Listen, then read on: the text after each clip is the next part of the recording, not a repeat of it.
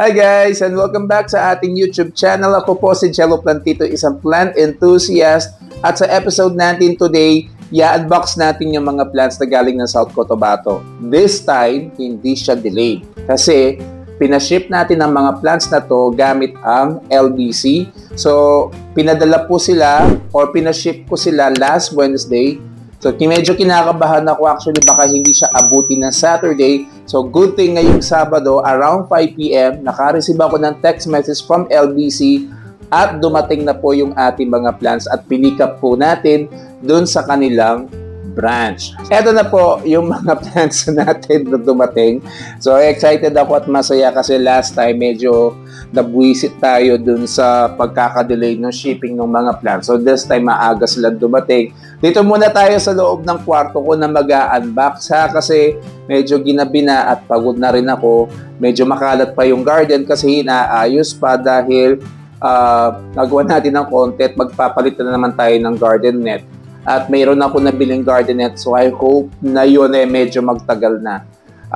We're just hoping na sana magtagal na yun kasi nakailang palit na ako ng garden net this year at nakita ko na kung anong problema. Yung mga pusang naglalampungan sa bubong namin, sila po ang nakakasira nung garden net natin, kaya pala laging may butas. Ayun. So, without further ado, i-unbox na natin yung mga plants natin for today. So guys, ito yung mga plants natin. So hindi ko pa alam kung alin dito yung una kong bubuksan. Siguro ito na lang nasa itaas. So ito, ilalabas muna natin yung ating phyto document. So requirement yan pag nagpapadeliver tayo ng mga plants. So buksan na natin ito. So di lang natin alam kung ano yung laman nito. Halo-halo na kasi ito eh. Yan.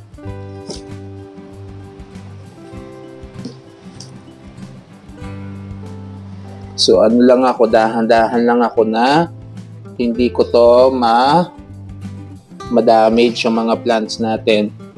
Yun.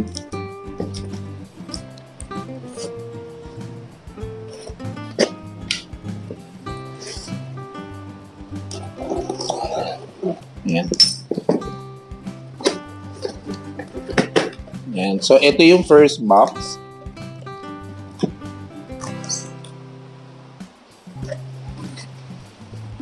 Yan.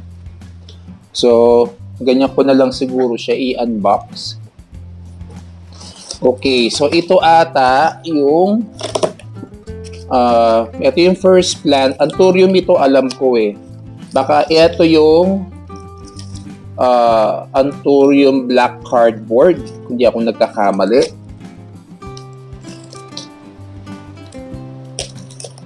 Yan. Black cardboard ata to. So I think maganda yung quality ng mga plants ngayon. Tingnan nyo ito, tuyong-tuyo, di ba? Air dried siya. So make na ano siya, sigurado lang na maayos yung pagkaka-pack niya. Tignan nyo, dahil maaga silang dumating. Yan. So hindi tayo masyadong nagkakaproblema. So ito, black cardboard daw to. Yan. So, malaki siya. Pumasya pala siya dito. Yan. So, tatabi muna natin. Black cardboard. Yan. Then, next we have... So, hindi natin alam kung ano yung mga nandito sa box na to. Kasi hindi ko natitignan. Pero, sana natatandaan ko pa yung mga ID. Yan. Tinadahan-dahanan ko lang. So ito guys, tignan nyo maayos, hindi basa yung mga plants, so wala tayong problema. Ito. So ito, Pink Princess. Yan, bakit ba nga ako kumuha ng Pink Princess? Meron na akong Pink Princess dyan. Hindi ko rin alam. Dahil siguro yung Pink Princess ko dito ay yung Galaxy. Ito naman yung Dark Form, kung di ako nagkakamali.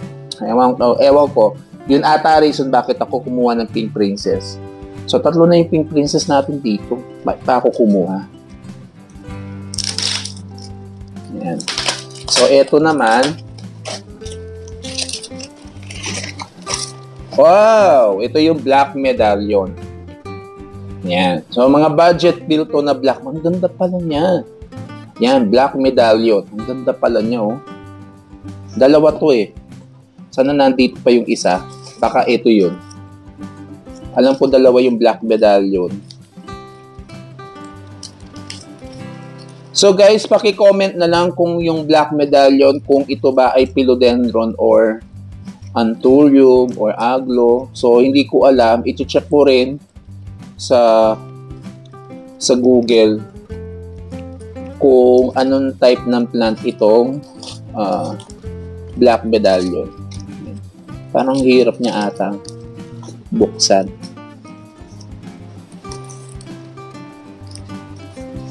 Masyadong secured yung pagkakatape niya. Yan. Ano ko lang na baka may ma-damage tayo. So, I'm not sure kung paano to tatanggalin.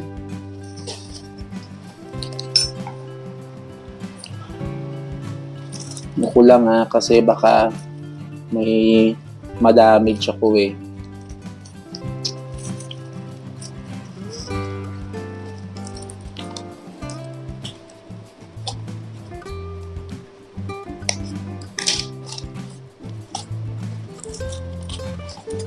Yan. Alam ko black medallion din ito. Oh, see. Yun. So, dahan-dahan lang. So, dalawa na yung black medallion natin. Yan. Mga budget meal to kasi sabi, mahal daw yan. So, actually ngayon lang ako nakakita nito.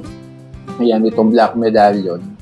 So, hindi ko alam kung rare ba talaga ito. So, paki-comment na lang kung ito ba ay rare plant. Itong black medallion. Pero ang ganda niya, para siyang plastic yung dahon. Makapal. Yan. So, tabi muna natin yan. Then next, ito naman.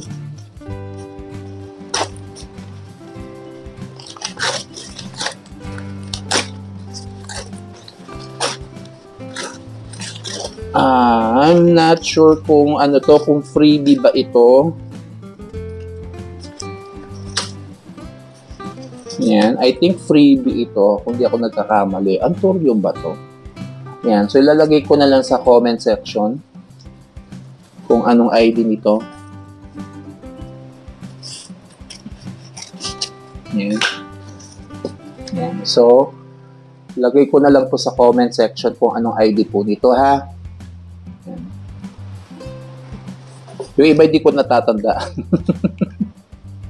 Hindi ko natatandaan yung mga ID. So, ito natuwa talaga ako kasi maayos yung pagkaka-deliver ng mga plants. Yan. So, ito, I'm not sure kung ito yung Surigao Beauty. Yan. Surigao Beauty ata to. Ay, ang ganda niya. Kapal pala ng dahon niya. Surigao Beauty daw ito. Yan. So far, yan po yung laman ng first box. So, ilalagay lang natin dito yung mga plants muna. Itatabi muna natin dito. Yan. Para makahinga sila. Yan, makapag-recover muna. Mamaya natin sila ilalagay sa may tubig para yan, makapag-recover sila 24 hours. Now, punta tayo dito sa second box.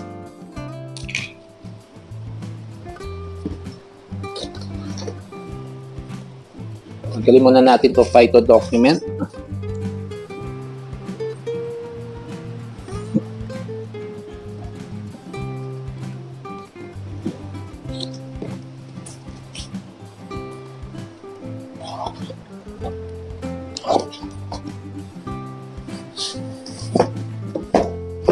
Baliktad pala.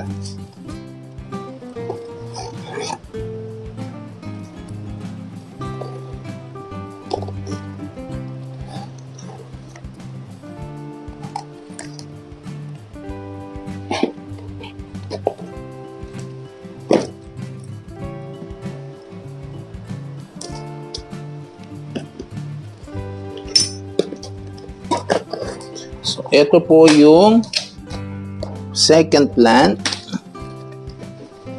Ay, second box. Ayan.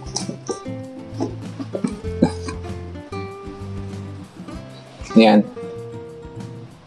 So, ito po yung second box. Ito medyo marami ata siya ng laman.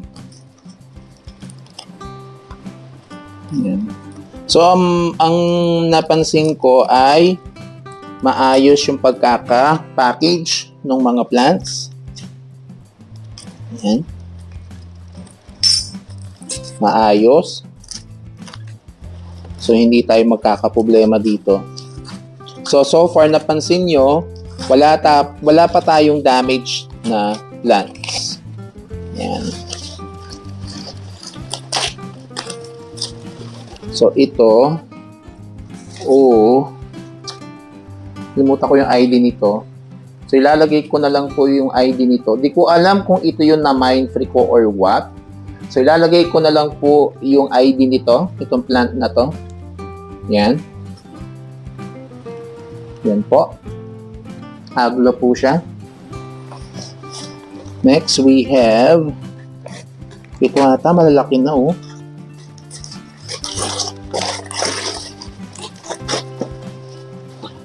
Ito ata yung meron na akong dalawang Morodocloc dito. Pero yung mga hindi ko alam kung ano yung yung variety nila, ay yung ano nila. Ito kasi parang round leaf, yan. Yan. Morodocloc po ito. Mura na lang kasi ito. Dati mahal nito. Ngayon ang mura na lang. Yan. So that's the Morodocloc. So ito, hindi ko alam kung anong plant nito.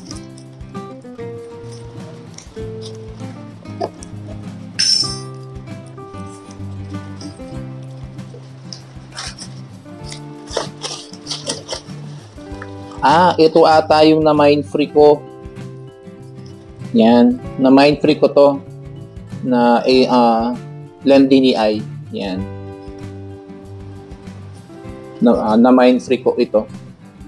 Yan. Pinamimigay na lang yan dati ang mahal yan.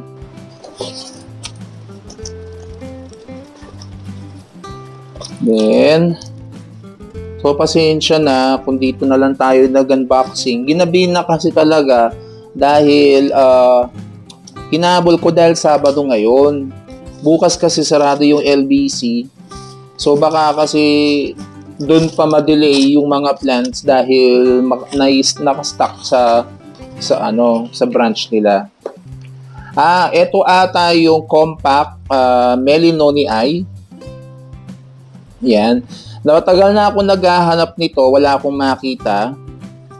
Kasi yung Melinonii ko dito, ang laki. So, ito naman yung compact. Yan. Kasi may naghahanap dito na compact Melinonii. Napakadaling alagaan. Then, ito naman last one.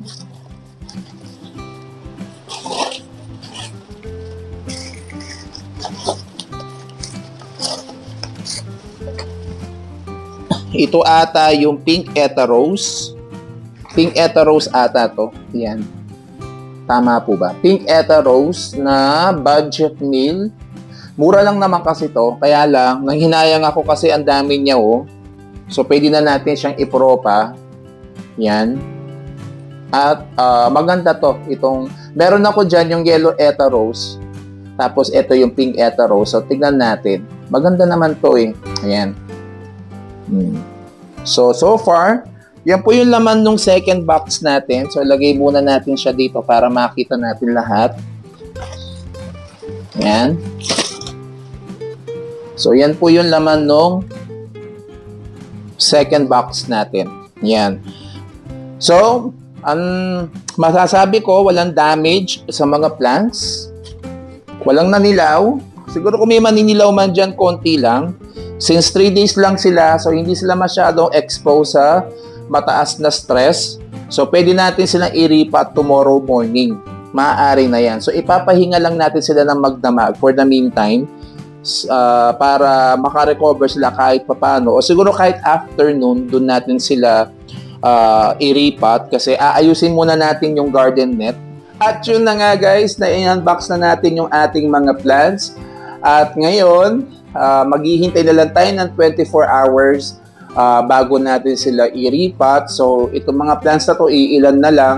Kasi nga, dumarating na tayo dun sa stage na nag-i-stop na tayo na mag-collect. So, bukas na lang natin sila iriripat para makarecover sila dun sa stress na na-accumulate nila sa shipping. So, yun nga, moving forward, hindi na tayo magpapaship dun sa dating delivery service na pinag-deliver natin ng plants na nag-cost ng 6 days delay sa pagkaka-deliver ng mga plants. So, ito, sa LBC na lang tayo magpapa-deliver kasi nga consistent sila dun sa kanilang delivery time frame. Take note, hindi po sponsored ang video na ito at hindi po ako sponsored ng LBC. So, it's my choice na piliin sila dahil sila po yung nakikita ko na consistent sa kanilang delivery time frame at maayos po yung mga package at hindi po sila napapabayaan just like before na sobrang nalambog sila sa tubig. Ayun. Kung nakatulong sa inyo ang episode na ito, don't forget to subscribe to my YouTube channel and click the bell notification icon para maging updated ka sa mga susunod dating mga episode. Until sa susunod, happy planting and bye-bye!